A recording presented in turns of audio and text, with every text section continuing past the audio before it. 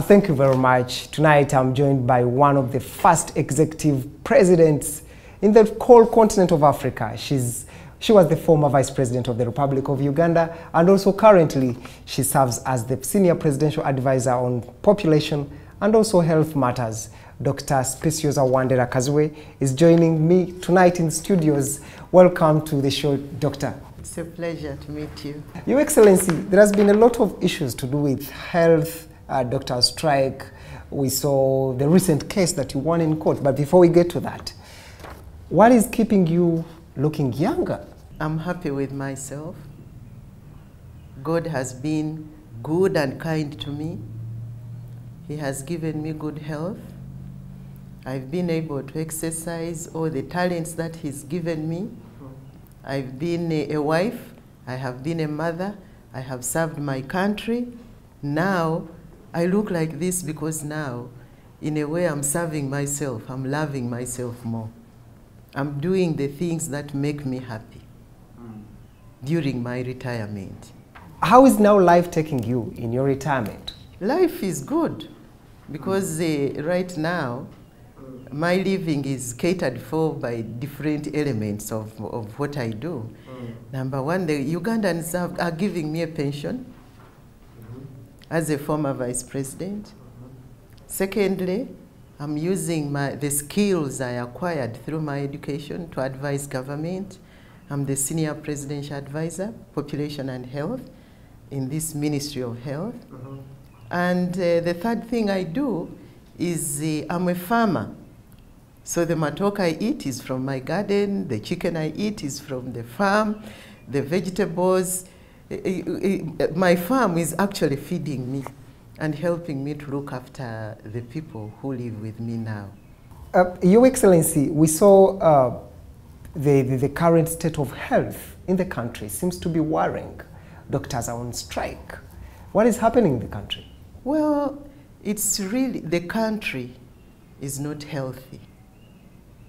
Why do I say this? Because according to the World Health definition of health, you have to be in equal measure, economically healthy, socially healthy, spiritually healthy, mentally healthy, sexually healthy.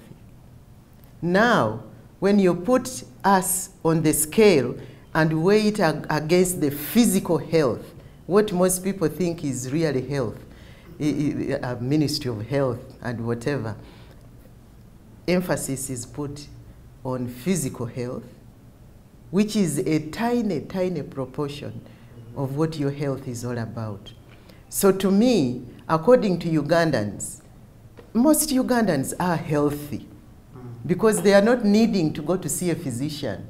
But when you measure in terms of is the health equally distributed in the population of all Ugandans, I say no. Because the few who are very well off can access physical health support when they fall sick or medical care. Very few Ugandans are actually getting mental health support, and yet Ugandans are stressed. What is stressing them is because of the inequality that is becoming apparent in our society. The inequality in terms of incomes, inequality in terms of access to medical care, inequality in terms of access to land to be able to grow their food, or how the system, the legal system, or the government system supports them to do that.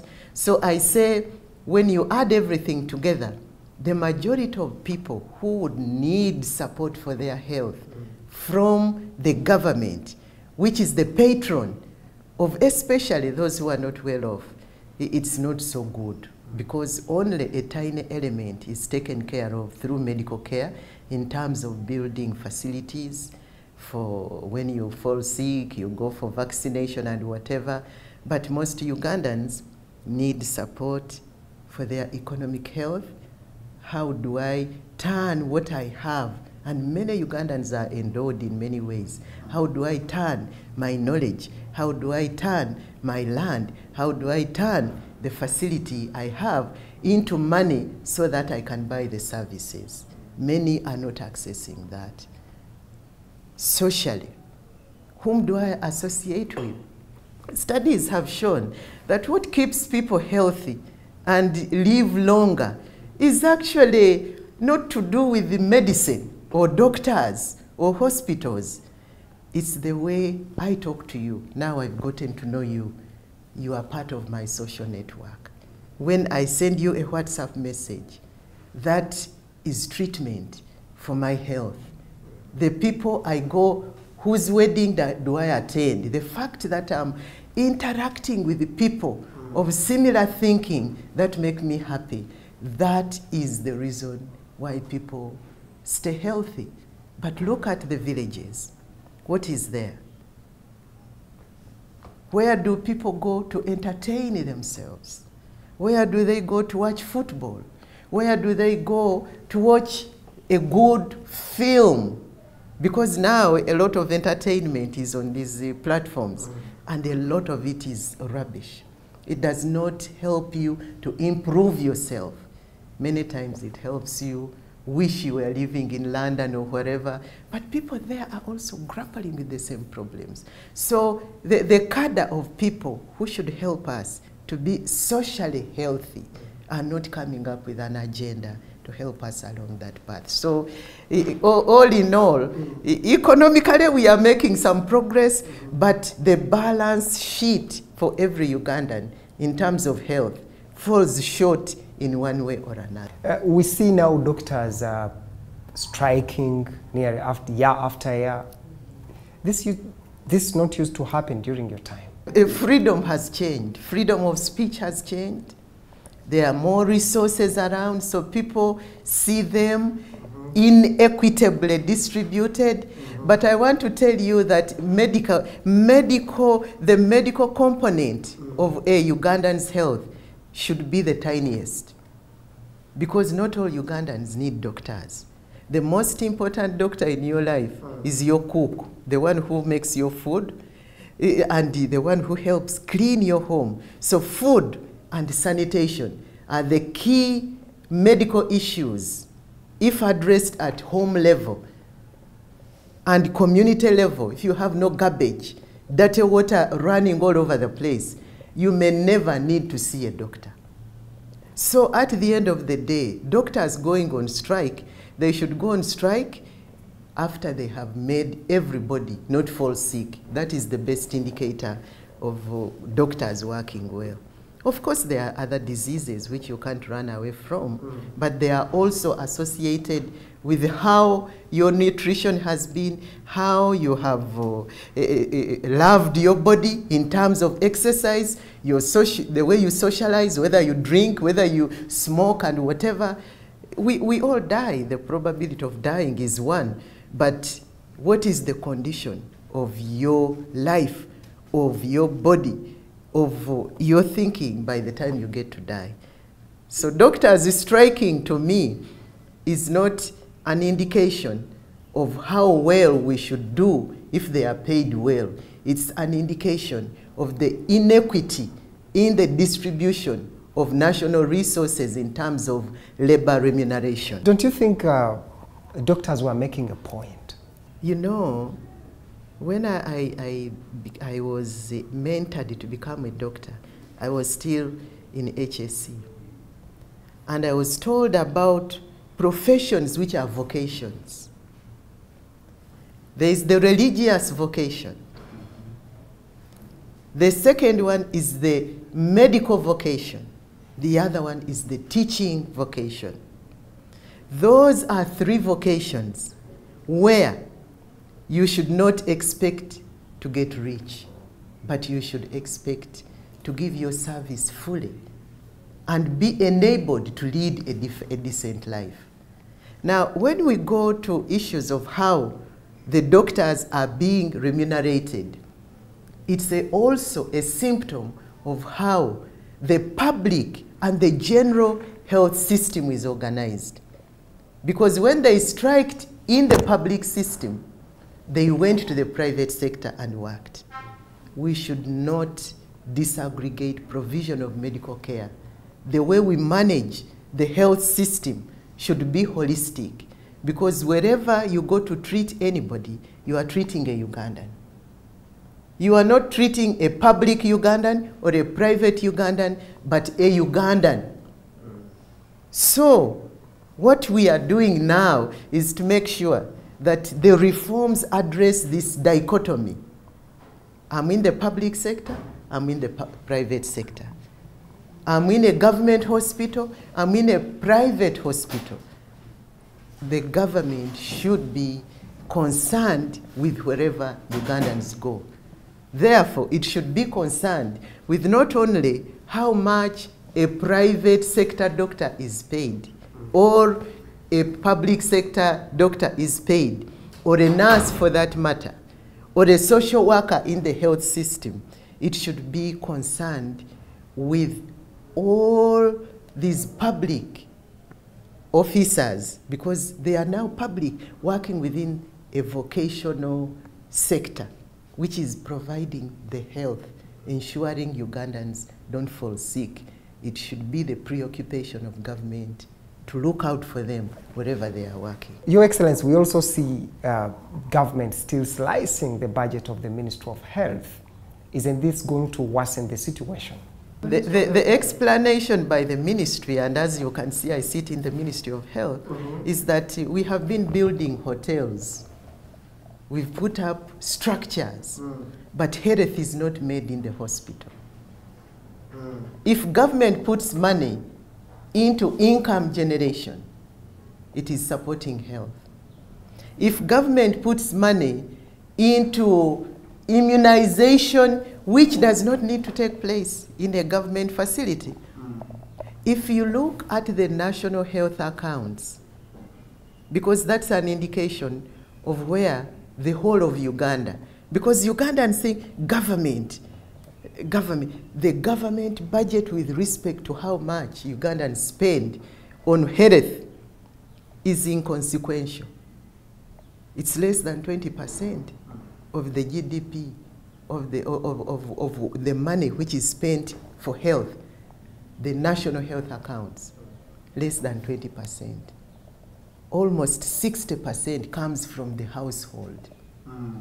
And that is the national health accounts spent on childbirth or maternal and child health, spent on going to hospital, whether you are going to India or whatever.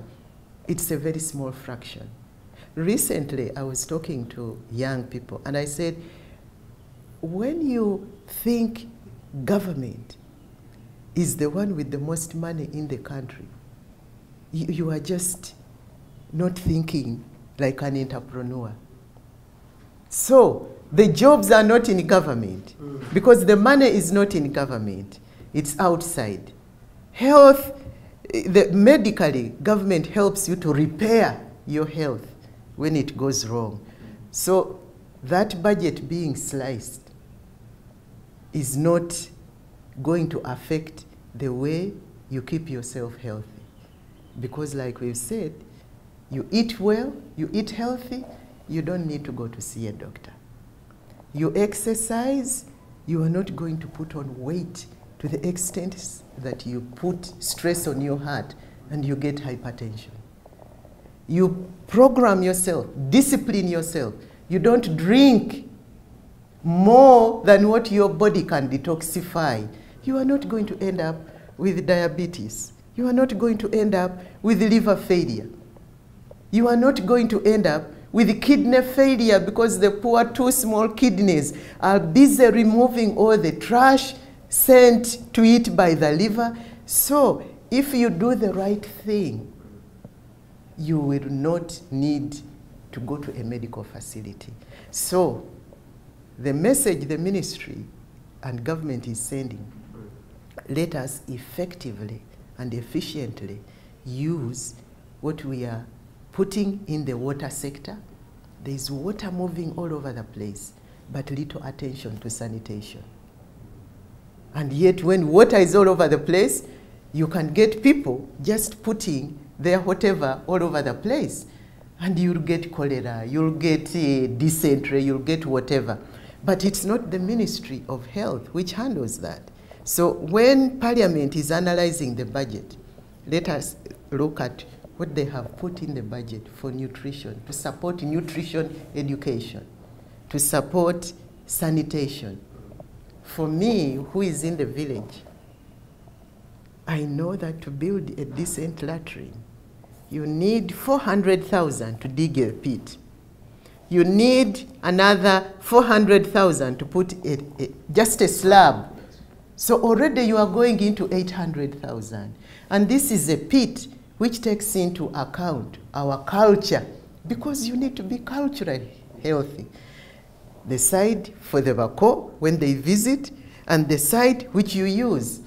Side for women, side for men. You see what I mean? Just at pit level is 800,000. But what would be the impact of supporting every family to have that facility? Even at that level. And they put a Chiwempe around it. A lot. But you can see how much we spend when there's a cholera epidemic. Next one. Malaria. Housing. Quality of housing. Now we are spending a lot of money buying nets.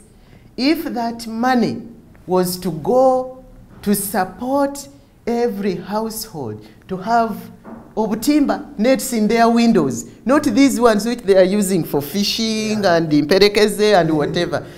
That is more permanent than every year wasting money buying nets.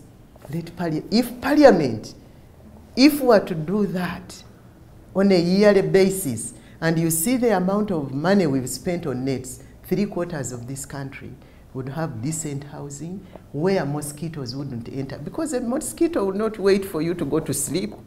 Even as you sit in the sitting room, it will bite you. Yes. The other area, that is now another ministry. Regulations to make sure this happens. That is another ministry. That is money for health. Now, my sisters who do the cooking every day. You see, we are talking about environmental protection. Before I actually internalized everything, we mobilized the women's tree planting movement. We planted trees everywhere. Everybody was saying, it is the women who need firewood. Firewood is a teeny fraction of the trees that are being cut, what we use in our kitchens.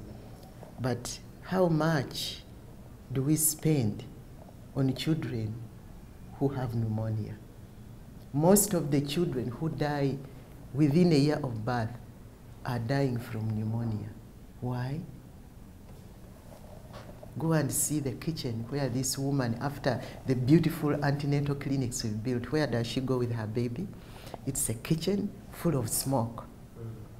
When I was still in the medical school, even then I was really saying, women don't smoke in this country. But you do post-mortem of a village woman, the lungs are like she smokes 10 packs of cigarettes a day. It's the smoke. Imagine that smoke going into the lungs of that small child. But we are here with UNICEF talking about children, immunize them, do whatever. Before she's ready for the next immunization, the pneumonia will kill this child. What about if we took that money in the Ministry of Environment and helped every household build an improved cook stove? And it doesn't take a lot of money. This would generate a lot of jobs. We are skilling people. Skilling them for what? So the policy has to... Yes. So to me, cutting the Ministry of Health budget and putting it in departments and programs of support that reaches the people in terms of helping them to stay healthy is more important than getting the ministry budget to buy drugs for malaria, to buy nets for malaria, to do all kinds of antibiotics and that kind of thing. So, to me, the rationale is correct. The question is, do we understand what needs to be done? Are we committed to doing what needs to be done? And the president is always talking. I've said we are building hospitals which are like hotels, beautiful structures. That is not an indicator of the success of the Ministry of Health. That is growth in the construction sector. Growth in the health sector or doing well is having fewer people lining up at all these centers we've built across the country. In fact, numbers are still increasing. And you know, this is the planning department, and I said it, Uganda has more than enough structures needed to look after all Ugandans. Actually, nobody should build a new hospital in this country. We just need to rationalize them. Rationalize them. Make sure they are managed well, make sure the right expertise is in place, and the doctors who strike are not, according to the health survey here, and the books are all there, and I put it in writing, the people you need more in this country are the specialists, not the intern doctor or general doctor. No, those are enough. Because when they say, oh, we have few doctors per every Ugandan, if you stopped people from falling sick, fewer Ugandans would be at risk of meeting a doctor. They would be at risk of meeting a midwife, the women in childbearing age. That is very correct. In fact, in the study on the human resource needs for this country, number one is nutritionists. The consultants are the ones we need, the specialists, like now you see those who are doing the heart operation. Those ones are being trained now. Those are the ones we need. But general doctors, they are at the bottom. So consultants, nutritionists, lab technicians and technologists. Because you'll come and tell me, these days you see what, go, Musai, those are the ones who take your x-ray, the ones who put you in the CAT scan. It's not the doctors. No. And those are the people whom we are. And then midwives. Midwives. So general cadre doctors, ndi ku degree mwabo, ndi intani bikiebyo. Those ones we have more than enough. We see women emancipation. You're one of the few, surviving champions in the women movement. What is your current assessment on the women emancipation in the country? I'm still a champion because I'm still a woman. Are you really comfortable with the emancipation of women in Uganda? The state of it? You know what is your assessment? You know, when I had the platform, when I was in government, the real issue was visibility. Let us have women visible, especially those who are educated enough, so that people can see that educating girls pays. And the NRM succeeded in that. Now, what we did was plan to make sure there are women in different sectors. We needed women to showcase management. We have enough showcasing politics. Whether they are doing a good job or not, that's for Ugandans to judge. Now, in management, we have a few, and they've done a very good job. And I think Ugandans have seen that. So we wanted women judges, women senior managers or top managers like permanent secretaries. So we planned for that and had them trained and made sure we mentored them to get where they are. So when you see across board more women permanent secretaries, that was a deliberate plan. Now, what we would like to see is more women in the boardrooms to influence programs. Boardrooms, policies are already made, but the boardroom is where resources are distributed. Resources are distributed not in government. Government, yes, but the real resources are in the industry, in the service sector. You have those boardrooms. Do they have women who are capable of making sure differences are made? So this is where we are now.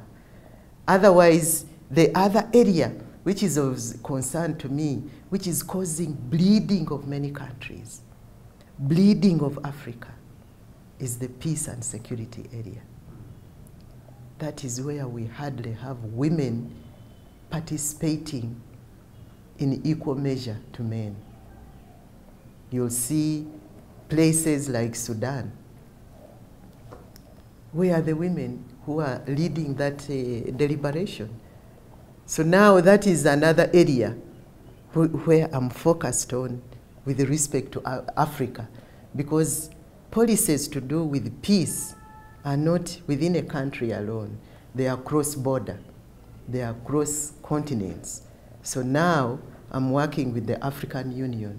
We've started what we call FemWise, and I'm co-chairing that initiative in Africa so that we train more women mediators.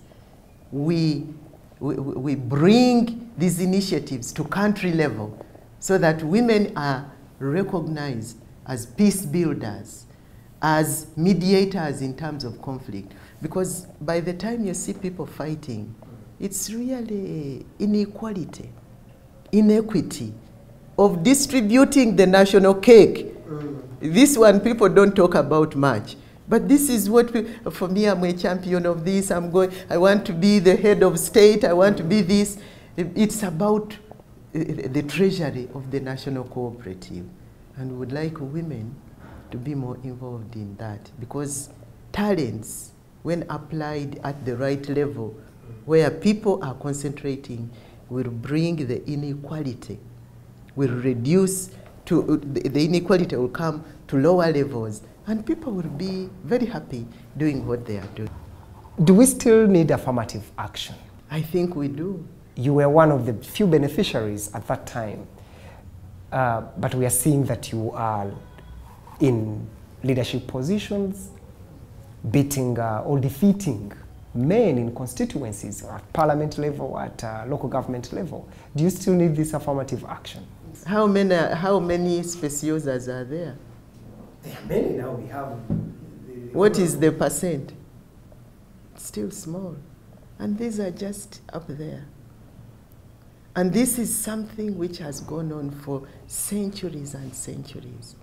It is a cultural issue. Now, the tradition that you see men accepting women in a non-affirmative position is a tradition which we want to become part of our culture. That a woman can take over Kabaka bwa Uganda, just like Britain. Parliament had to change the law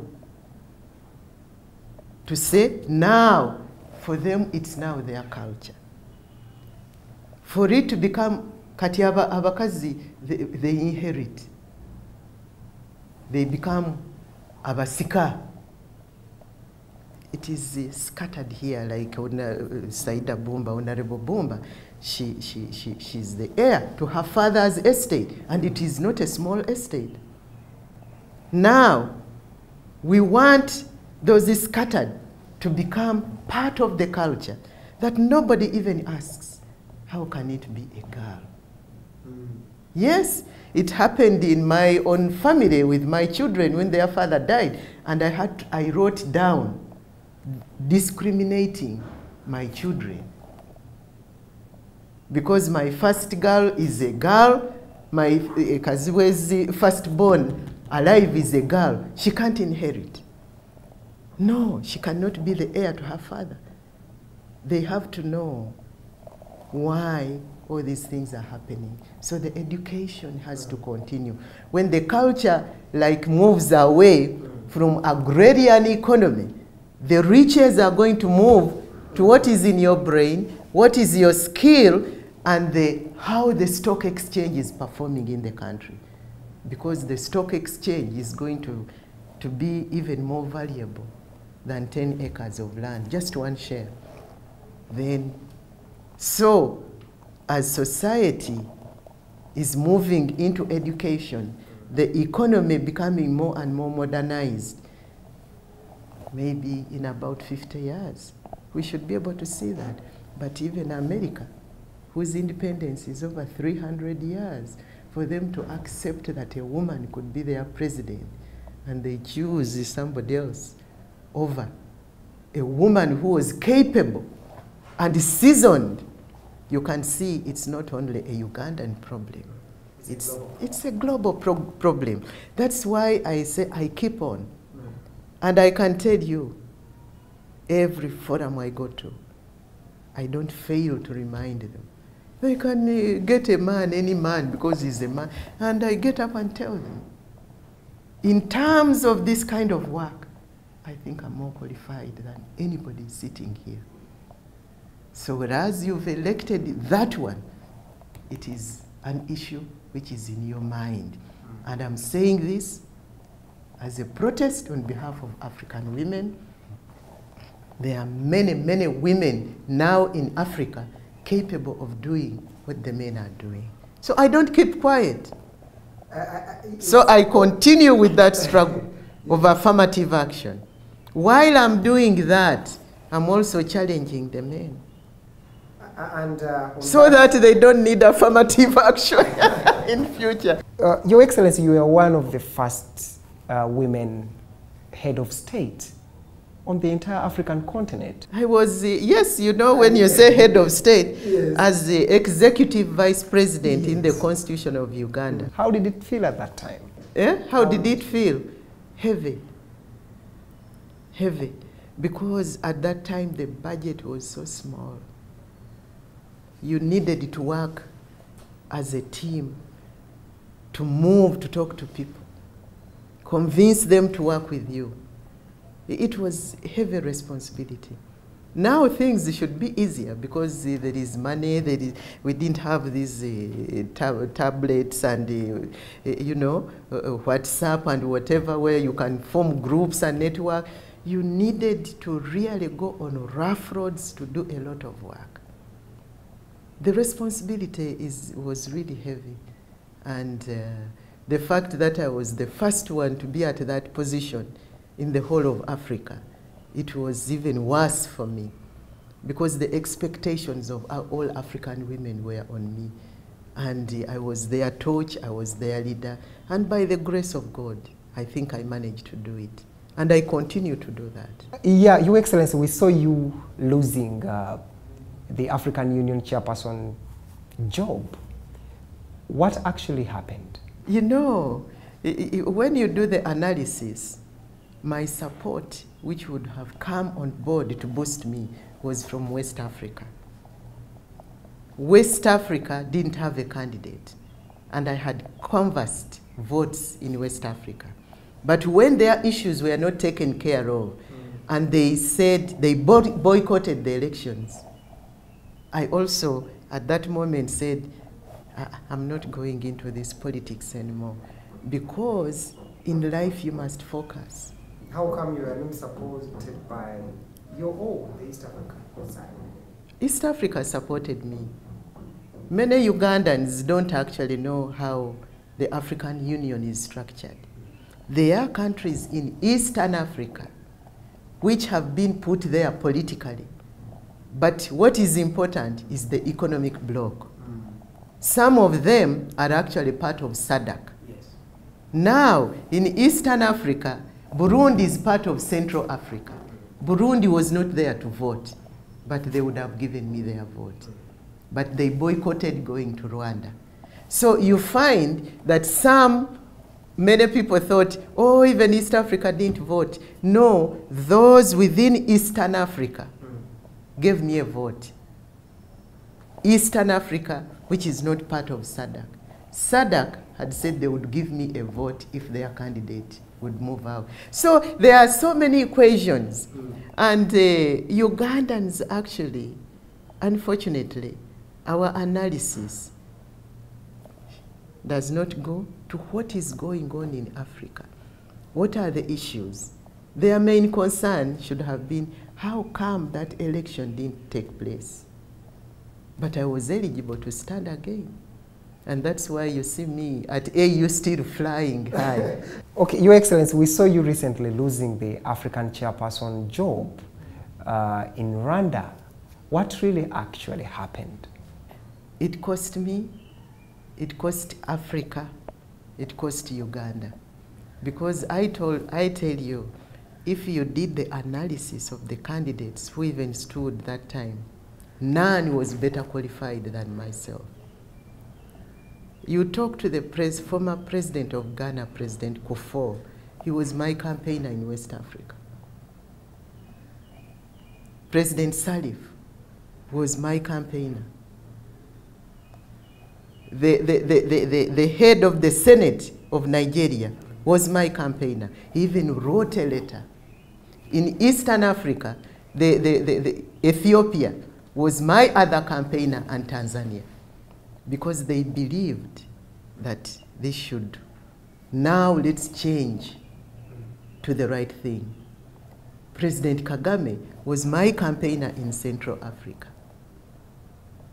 Now, that was a by the way.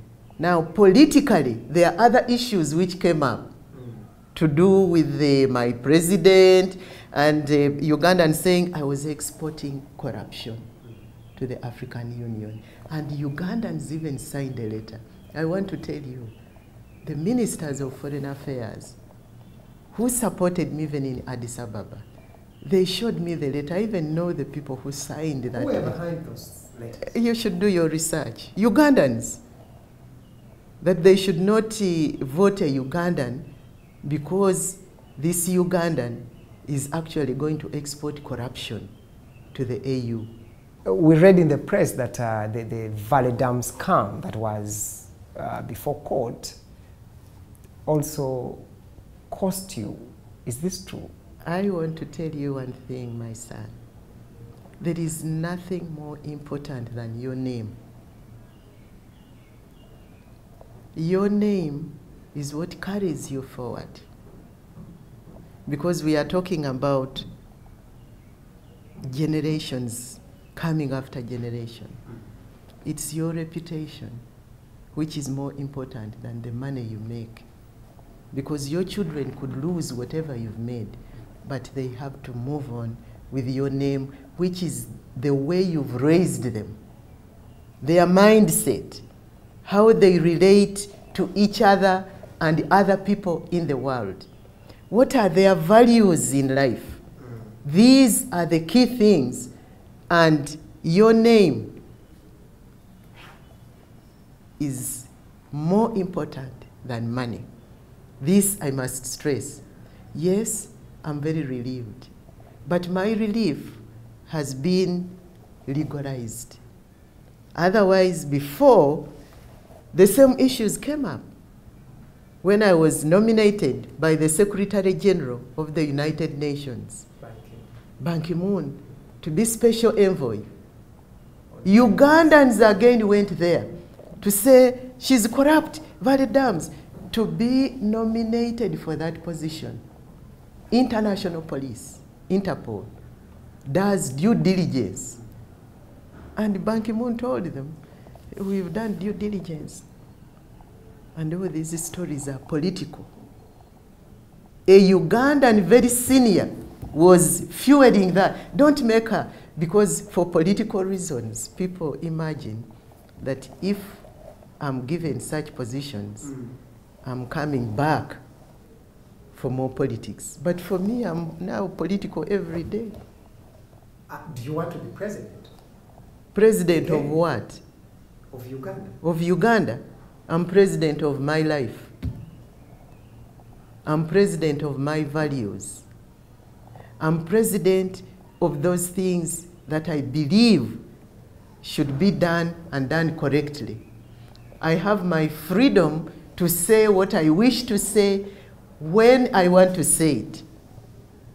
Being president is being a prisoner. Sometimes I don't know why people struggle to want to be presidents.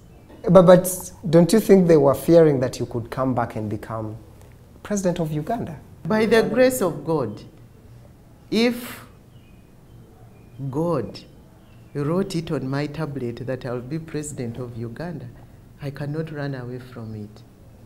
But I don't chase it. I have never chased leadership. Never. I have never said I want to be a minister. I have never said I want to be an MP. Ugandans are the ones who say, we want you, please come. And I never pay anybody to vote for me, because the people who believe that I can do the job do that. So, at the end of the day, if that is written on my tablet, on my CV, that you'll be president, something I have been when I was vice president, but this time, not sometimes, but continuously for 5 years or whatever, I can't run away from it. It's a responsibility. You recently won a case against veteran journalist Andrew Mwenda, and you were awarded 200 million. You had asked for 600 million shillings. Was the ruling by Justice Stephen Musota fair to you? Of course I'm not happy, because if you look at the opportunities I missed,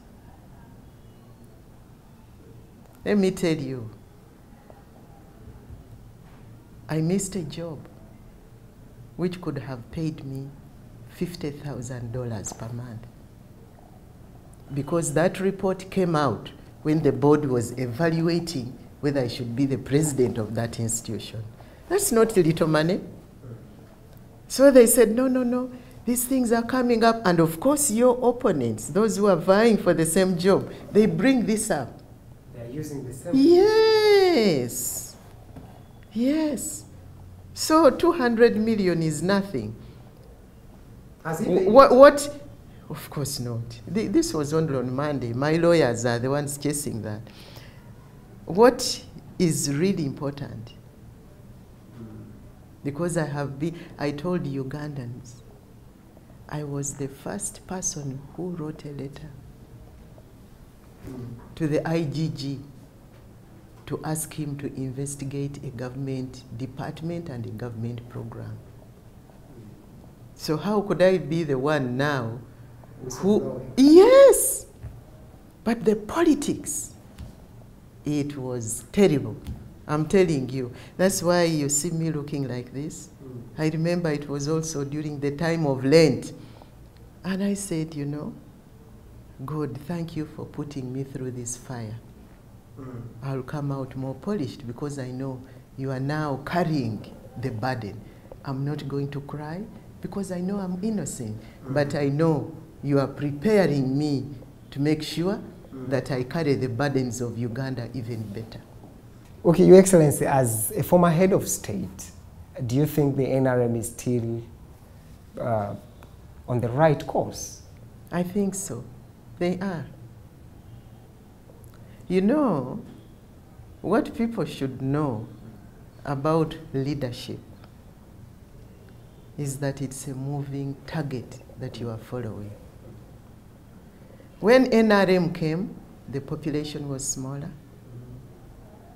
Now, we are almost 40 million. When NRM was here, there wasn't a single cell phone in the country. Actually, I'm the one who launched Celltel. When an NRM came, the roads were bad, so people could not move as freely as they are doing now. Now, the key thing that NRM said they would do is to make the environment peaceful enough for all Ugandans to say what they want to say, to do what they wanted to do. And for me, that agenda is pursued with passion. Whether it is in policing our borders, whether it is protecting the name of our country internationally, they are doing it. I was in government at the time. The second agenda was the economic agenda. how do you enable Ugandans to do what they want to do? And I want to tell you, the younger generation, that 30 years ago, until about 15 years or 10 years ago, that period of 20 years, only 1/3 of Uganda was sustaining whatever development we were having. Just 1/3 of Uganda. Now, you can see what having the whole of Uganda without insurgency, without people stopping others from staying in their homes to do their work, what it is doing. So for me, the noise I hear, whatever I hear now, is a symptom of too much, especially for those at the table. When NRM came as representative for Kampala district, I was just being paid as a deputy minister of industry and technology, 80,000 shillings. The dollar was, I think, had gone to 1,500. No allowance. As a deputy minister, then I became a full minister, then I earned 90,000. Now, my ministry didn't even have a car. I used to hitchhike whoever was going up country, and I went, mobilized this country.